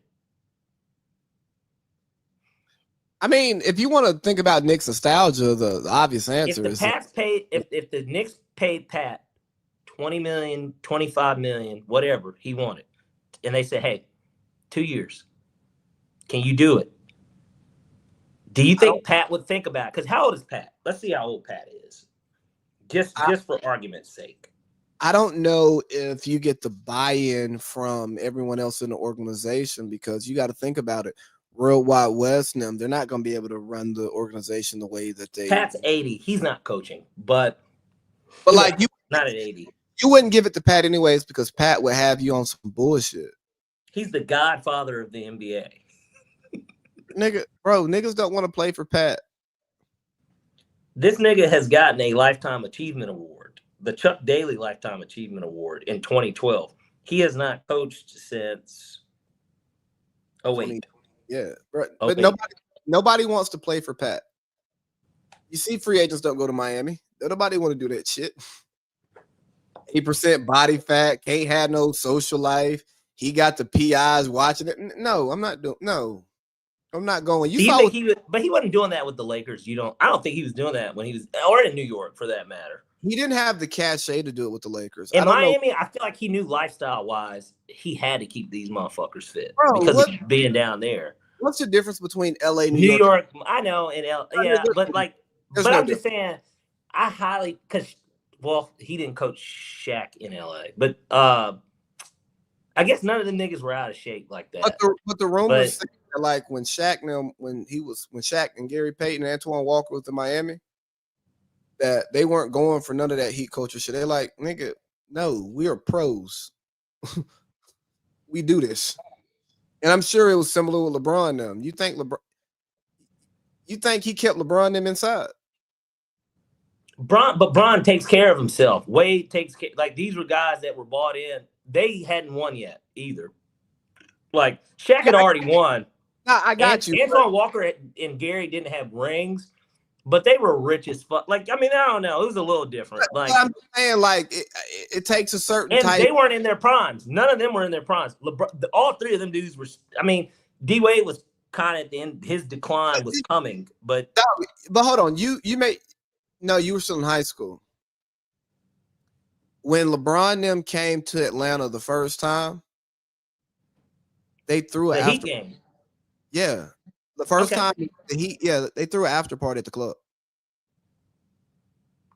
That's not Heat culture. Like, that would have been your freshman year. Yeah, bro, that shit was like the Flyers were circulating. I went to the game. We had season tickets, so I went to the game. But they threw an after party at like Club Miami or like Velvet Room or some one of the staple Atlanta clubs at the time.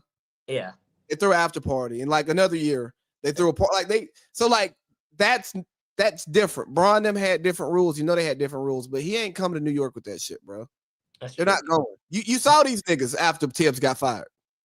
What do you think of well, look, I got to see how the NBA guys like to party. Them guys. We got about 25 minutes, by the way. Okay. One more coach there, Jeff Van Gundy. Yeah, no, I think that's the answer. I think he's a consultant for the Clippers or something. He did. He's on the staff of the Clippers. And they talked about, obviously, like what the work he did with the USA, like under team or whatever. So you think that, and that's a nostalgia hire too, obviously, because the last time they did go, he was there. Jeff's been on TV. He was on TV for so long. He's clearly wants to coach again, which is why he's coaching. You think that's? Do you think that that'll ultimately be the answer? I think that's the answer because he ain't going for this punk ass basketball, but he's also dealt with stars, like he dealt with Ewing. He's been out there in LA and I think him dealing with the Kawhi stuff, just seeing how that is and how you can't just be a hard ass all the time with every superstar, because at the end of the day, they control your destiny. So you got to give a little bit in, give and take. I think that from those experiences that he has set himself up to be able to adapt and bring old school principles while still understanding the modern player. Fair enough. I think we can talk about the trades and shit, the possible trades next week, because they're not dated, because no one's been traded. Yeah. I guess we can just jump to NFL. Aaron Rodgers to the Steelers. I mean, duh. Well, yeah, we kind of knew it was coming. There was uncertainty just because of Aaron Rodgers, but like we all kind of knew he was going. The league knew it. That's why the schedule got set up the way it is. They open up at MetLife against the Jets. They play the Packers. The game's not in Green Bay, but they do play. He gets to play the Packers for the first time on a Sunday night game in Pittsburgh. I think that they set the stage. Everybody knew he was coming.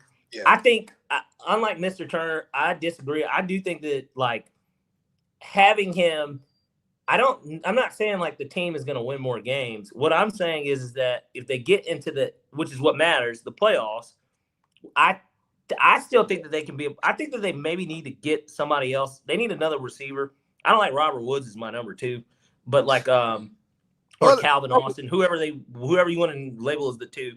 That's not a legit 2. Roman Wilson is progressing, so he may have that breakout year. I guess, but I like what they're doing. I like what they're doing. Najee wasn't good to me. He was and somehow he had 1,000 yards every year there, but. The line is going to be the real question. Can they protect him, and then can they open up holes for the running game? They drafted the kid out of Iowa who's good. He's good in like the 3rd round. You still have Warren. You got Muth. They're talking about Arthur Smith. He's got this affinity with fucking Johnny Smith. So who knows? If they get Johnny with Muth, well, that kind of closes up, especially as well as Johnny played last year.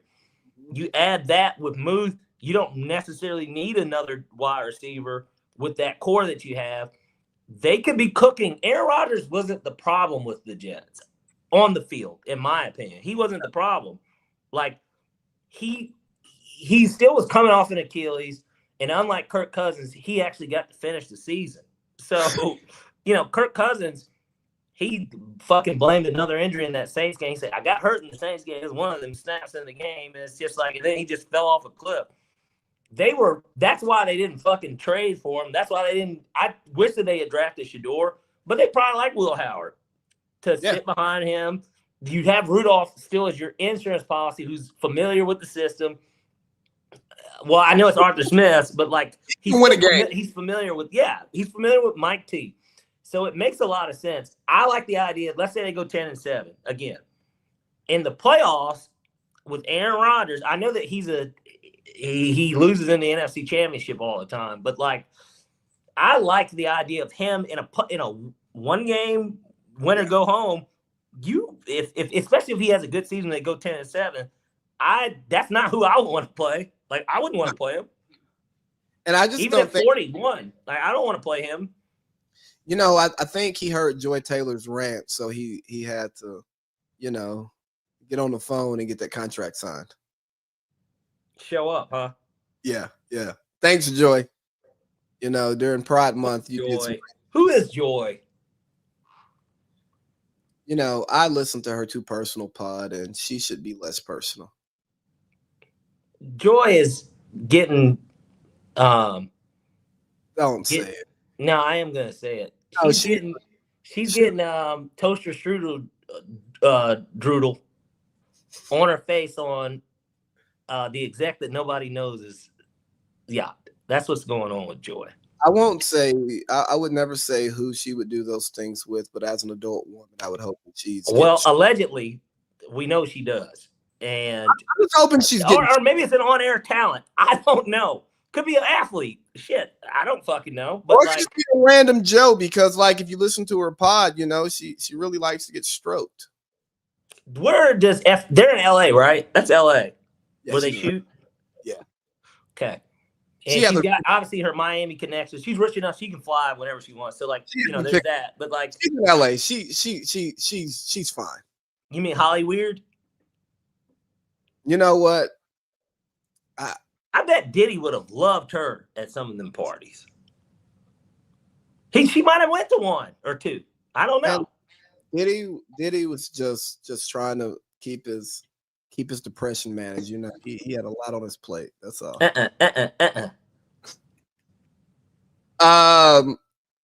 You know, I put this in the. I forgot to. I didn't. I don't know. I didn't bring it up, but I thought that Dez Bryant post response to the NFL Pride post was very interesting, because you know, like the most important thing this month is Pride Month, and we have to keep that at the forefront. We haven't talked about it in like an hour, so forgive us.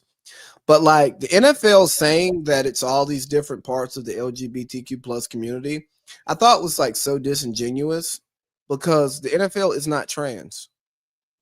Now the NFL can say we are accepting of these behaviors and we support those people, and the NFL you can come work for the NFL depending on where you fall into the spectrum, right? Because they have fans that are that. Yeah, but like everybody needs to be included. You know what? I didn't think of it from that perspective, because I was just really thinking like, yo, no, football is not trans. There's some bisexual guys, there's some gay guys, but I wasn't thinking about coaches and support staff, fans. I was thinking about product on the field. Well, this is how I view it, right? And take this as tongue in cheek, obviously, just as a disclaimer for those listening right now. But you know, they put in racism in the end zone. Black Lives Matters on helmets and stuff like that.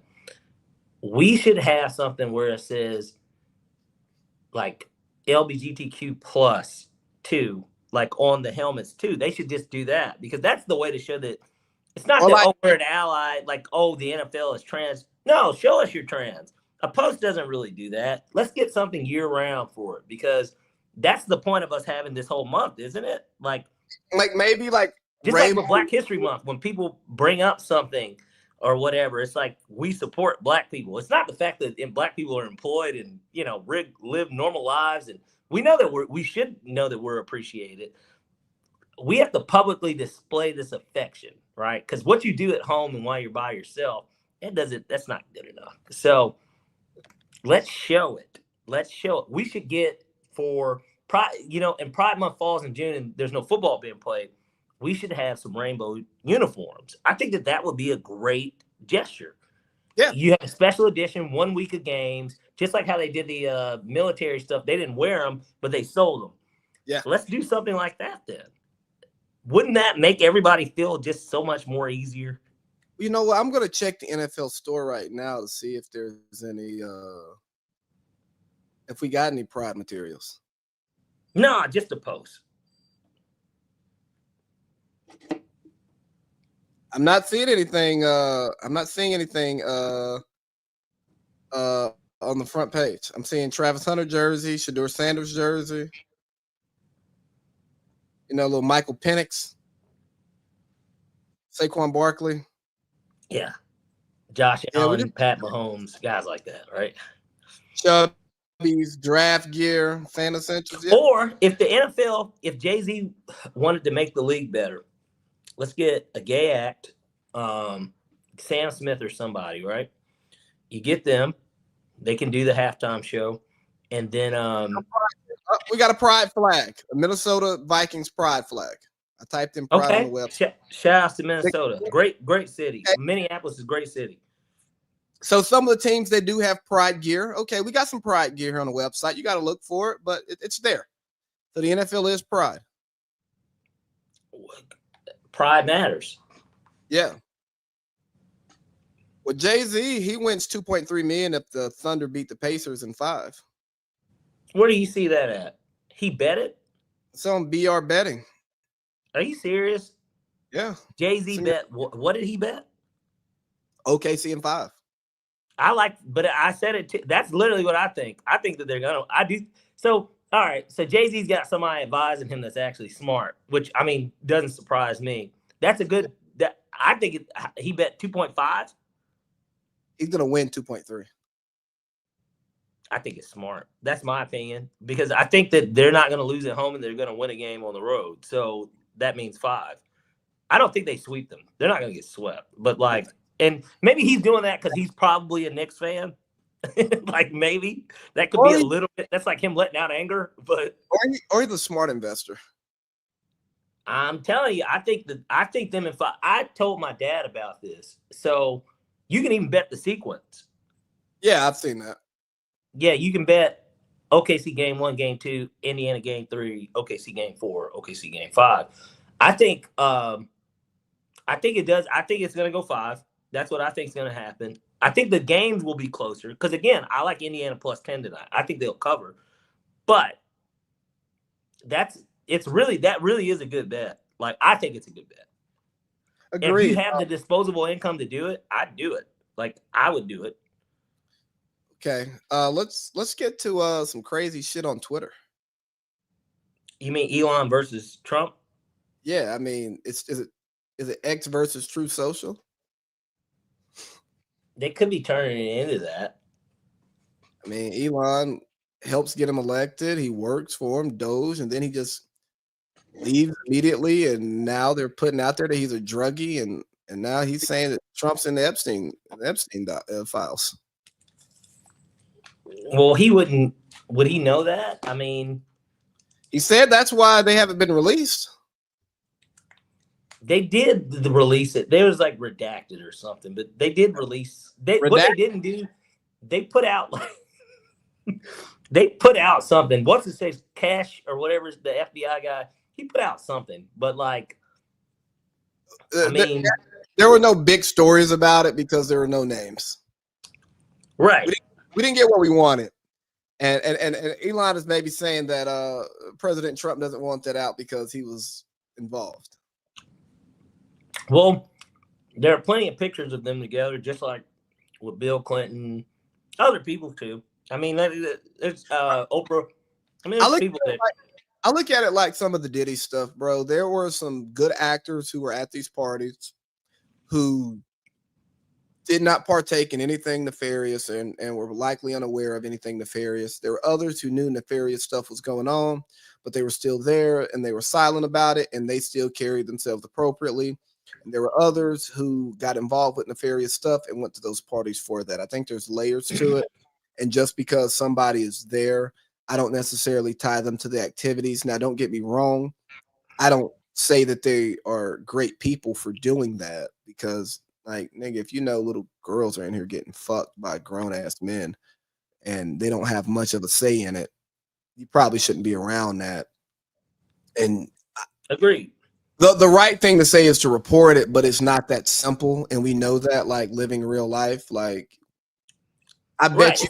It's like rape, like anything. Like we talked about. Well, think about this one. You probably know some kids whose parents maybe should have child protective services called on them, but like for whatever reason, you wouldn't do that. And you go, well, I don't want to put that kid in the system, take them away from their parents, even though what's going on in this house, it's not life or death, but it's probably not hitting the standard of what society deems acceptable. Now, wait, but you're saying if they saw kids at an Epstein party? No, I'm saying, like, bro, you could have like a family member who's probably a pretty shitty parent and child protective services need to be called, but like it's not like the kid is gonna die or anything. They're gonna put it in life or death situation. But I'm saying how are you comparing it to the Epstein? I'm comparing it to like people knowing that some fishy shit's going on. Something's wrong. And they just don't do anything about it. Yeah, but I guess what would the wrong be that they are saying? Because if you know this nigga's flying in 16 or 17-year-olds or recruiting them, and they're just being little young fuck toys for everybody, And like, no, yes, of course, but like you're not fucking them. You're there like fucking the of age women that are at the party. But I Like, guess what? No, if I saw a chick that I knew, you know,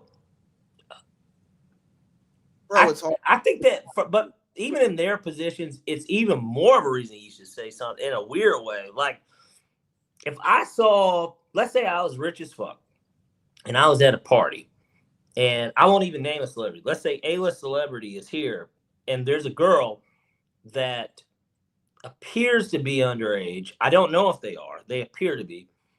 But I have conversation with said girl because she's there, and then she tells me, "Oh yeah, I'm 16." I would probably say, "Are you okay? What's going on?" But like, remember, then if I find out what's going on, I'd probably, report it. No, that sounds good in a vacuum when you're not involved, right?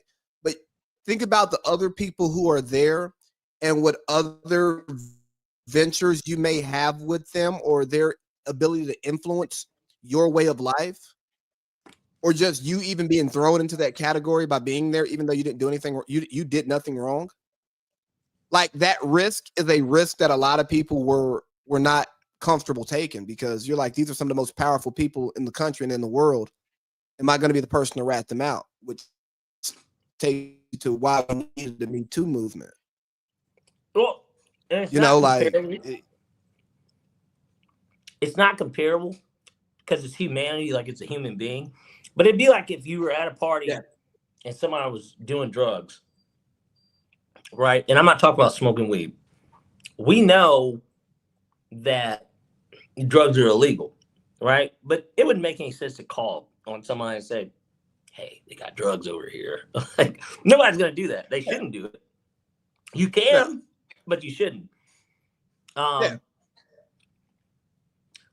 guess I'm looking at it from the perspective of, if it's a human, you don't know the situation. And then, of course, even in certain states, right, age of consent varies. Yo, right? Fuck all that, bro. Fuck all that. If there's 4 or 5 billionaires here and a former president or a current president here partying, and you are operating in that world, and you got some skeletons, not like those types of skeletons, but like just legitimate skeletons, whether it's tax evasion, moving money here or there, or you're trying to settle this business deal with this other motherfucker who parties here, are you really going to like snitch him out and rat him out and then fuck up your business? Fuck up your way of life, open yourself up to an investigation, having the feds knocking on your door. Like, there are like real deal implications when you're talking about you got dirt on each other like mud wrestlers. Yeah, exactly.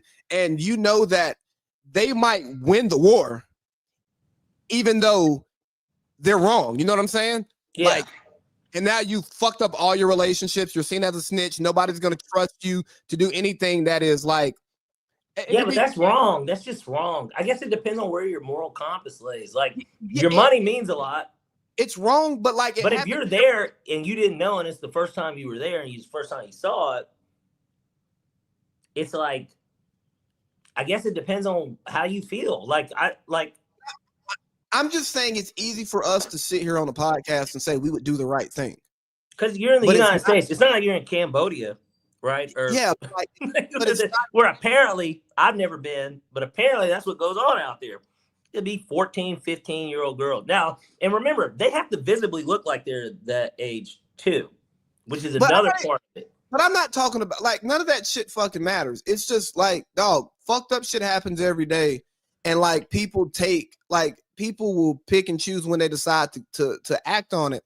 And it's easy to say when you're not involved in something, just like we say a team should trade a player or fire this guy. They shouldn't have done that. It's easy to say that from the outside in. But when you have the other internal pressures that are involved in that, it makes you have to look at your moral compass and see where it truly lies. And sometimes your moral compass isn't as high as you may say it is. And you may not be a person who would partake in such things. And you could tell yourself, well, I don't do that. I remove myself from those situations. I did my part. Right.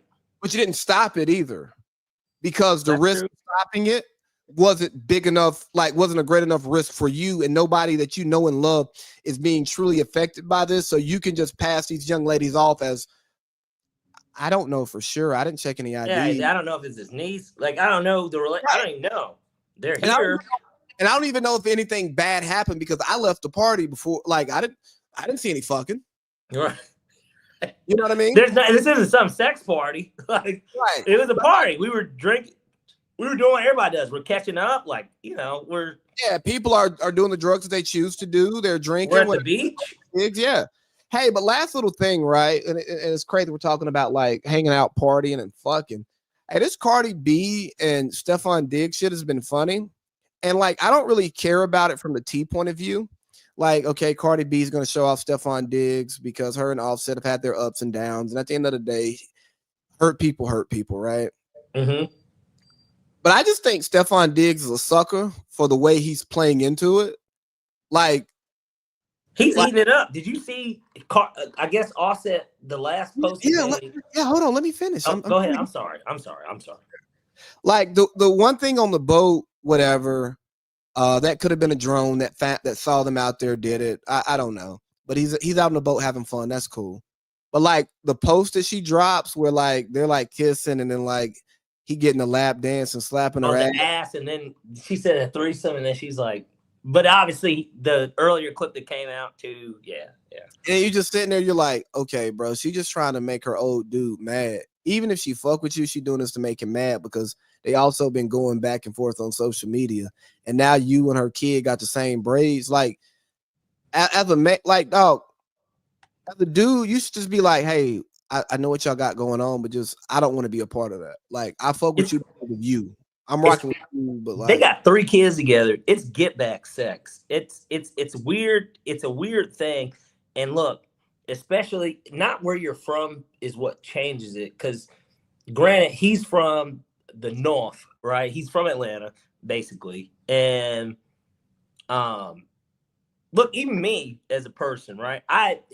She's from New York. We're all around the same age. So it's like, I look, and now they're rich and famous or whatever. Fuck that. Who cares? But like, so it's more publicized. So now it's out, which is what really makes it, that's what really makes it turn. It's actually, everybody knows, right? And it's not am I secure enough as an individual?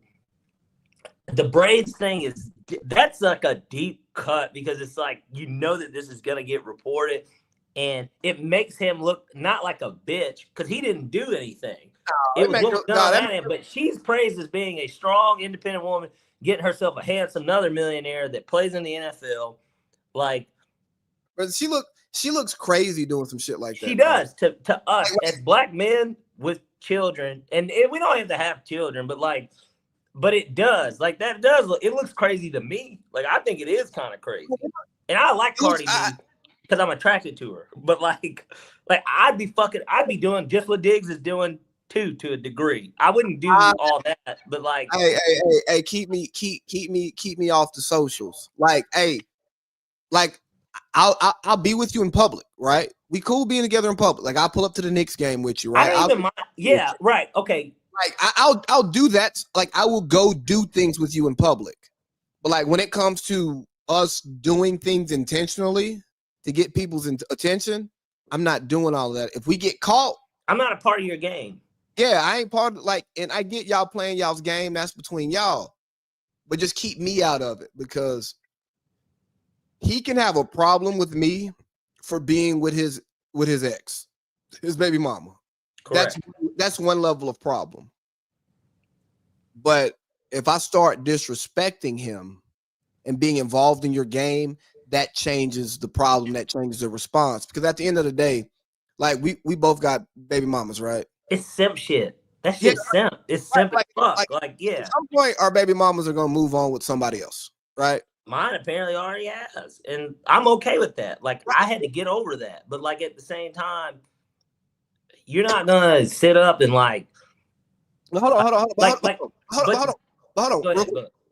Right. We know that move on process happens, and the dude is whoever the dude is, and we can feel however we feel about it, whatever, right? But as long as the dude is just with her, but not being against us, whatever our problem is, it's really not going to go anywhere because we know internally, hey, bro, I'm just being in my feelings right now. Like I'm in my feelings. But like this nigga he ain't disrespected the kid. I don't even know if he's like, for all accounts, hasn't been around the child, is treating her fine, helping her out, like no, and not speaking bad on me, right? Everyone wants to see how much you care about yourself. That's like the craziest part. Yeah, but then like you start like if she start doing these risque posts and he in the post doing some shit, and you know that she's posting it because she's trying to get back at you and she wants you to see it. And then like he playing along with it, it's like, oh, okay, hold on, nigga, you doing too much. I don't condone or expect anything like this, but the most dangerous person in the world is a man with nothing to lose. And let's say that for him, he feels like he doesn't have anything to lose. Now look, he's rich. He got women. He cheated on her. Like, I mean, he brought it upon himself in a weird way. But that don't mean he still don't love her and want to be with her. Right. Well, he's got 3 kids with her. I think that's proof enough. Yeah. And so, like, but the thing is that let's say that he's a head case. Like, let's say that that's what he is. We've seen this before with famous people, Chris Benoit, Aaron Hernandez. There are people that have money that they have issues, and I don't think, and I hope that he's not. I hope that that's not what he's on. But this is what I'm saying. Even in a situation like this, let's say he does catch him out in public. Rap beef is real. Sometimes it is. There are plenty of people that have died as a result of it. The Biggie Tupac stuff. King Von died here with Quando Rondo. Like this stuff, it actually happens. Like people get killed in this type of stuff. And this is deeper than those are ops type shit. This is actually family. Like this is a family thing. You got my son. You got my son having braids like this nigga. Hold on. This is still fresh. Like this is still kind of fresh. You were fucking my wife while she was pregnant with our last kid too, allegedly. That's what Offset put out. Right, because that rumor had came out, and then now you doing all this. Now, when I see you, I have a problem with you because you're disrespecting me. You're not with my old lady. Right. This isn't about you liking her. This is about you don't like me. Basically, like it's not even that you don't like me. It's a nigga. I want to ash this cigarette in you. Like it is like one of those things. Yeah, it turns into something else. Yeah, but to put a bow on that, hey man, look, for guys out there, if you're involved with somebody who has kids and public or private, man, just be respectful to those children's father, and be like date her, and if you eventually become like, and if y'all are for real and you eventually become like a stepdad or like the man in the house with the child, you slow walk yourself into that role, and you always want to make sure that there ain't got to be love between you and the father, but there needs to be respect. And as long as there's respect between the two, all problems can be solved. But stay your ass out of baby mama, baby daddy problems. If you got baby mama, baby daddy problems, you talk to her and her only. You don't bring that shit nowhere else, and you don't inject yourself in this. Because a nigga cracking up kids. And I agree exactly with his sentiments on this. I think that you and that's for every if you're cracking somebody's baby mother, I think that it should be about her. Let's not get kids involved, and then let's not get the dad involved. There's no reason to do that because you're asking for problems. Yeah, like don't ask for problems. Like live your carefree life. Yeah, bro. Do like. Your life is better if I don't know that you exist. Exactly. And not me personally, because I mean, in my situation, it don't matter. Other side of the country, nigga. What fuck can I say? Well, I'm just saying. Yeah. But and that wasn't a shot for anybody who hears this. Like it was a joke. Like I get it. But nah, man. Hey, it's been a good week, man. Let's get ready to watch some NBA Finals basketball. Absolutely. Another good show. Guys, we got some big announcements that are going to come up, and we'll be hinting at them as the weeks go on throughout this summer. Yeah, we got some changes coming here. Yeah, we got some changes coming. Big news. Speaking of changes, we need to talk about getting that that once a month guest when we do the rollout. Yeah, for sure. Okay. All right. Well, salutations, good people. We're off to watch the finals. Obviously, I'm sure we'll be in contact while this game is going on with our analysts, and then we'll go from there. All right, sounds good, Doug. I'll holler at you. Okay. All right, brother. Salutations, good people. Y'all have a good one.